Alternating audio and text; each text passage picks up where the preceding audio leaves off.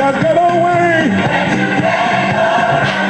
You must have. Come on, clap your hands. The godfather of gospel music, beloved Brooklyn pastor Timothy Wright.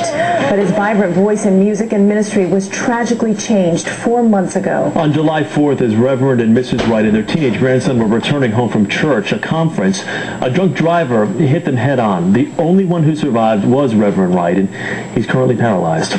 He's now at a rehab center at Kessler Institute in West Orange, New Jersey. And now, for the first time, Reverend Timothy Wright shares his story of faith and forgiveness with CBS 2's Cindy Hsu. I lost my wife. I lost my grandson. And for some reason, God left me here. So here I am. The accident happened on Interstate 80 in Pennsylvania as the Wrights drove home from a church conference. There was a drunk driver coming the wrong way with his lights out, and he ran into me at about 80 miles an hour.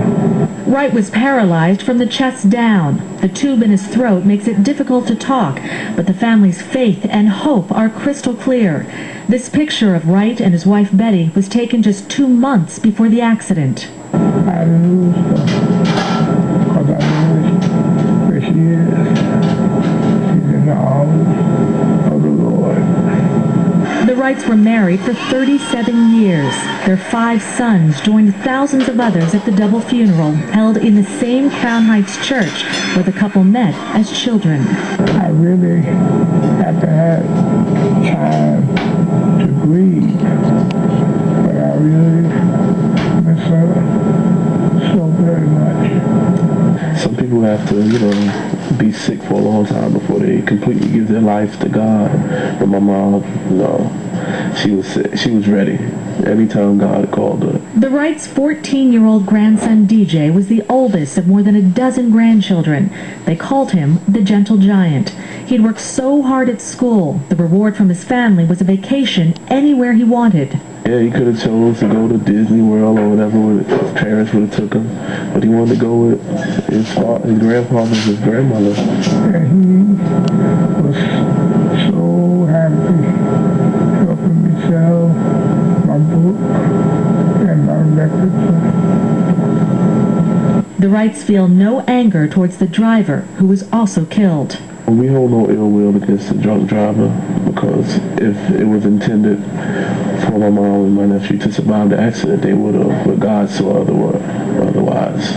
Every Sunday, Reverend Wright leaves the Kessler Institute and makes the 1-hour trip to Crown Heights to attend the church that he and his wife started 18 years ago. The day I visited Wright, he wasn't feeling strong enough to get out of bed, but he normally undergoes 3 hours of physical therapy a day, and doctors tell the family he has a 50% chance of walking. We believe he's going to walk again. We believe it. He may even be running. Get away. That incredible voice earned Wright 3 Grammy nominations, and his son says he has faith his dad will be traveling to churches around the world to preach and sing once again. Cindy Hsu, CBS 2 News. And we are happy to report just this week, Reverend Wright was able to move his upper body for the very first time since the accident, so we wish him a very, very speedy recovery. Newark's New Hope Baptist Church will host a benefit concert for Reverend Wright on November 26th. For more information, go to WCBSTV.com and look for details right on our homepage.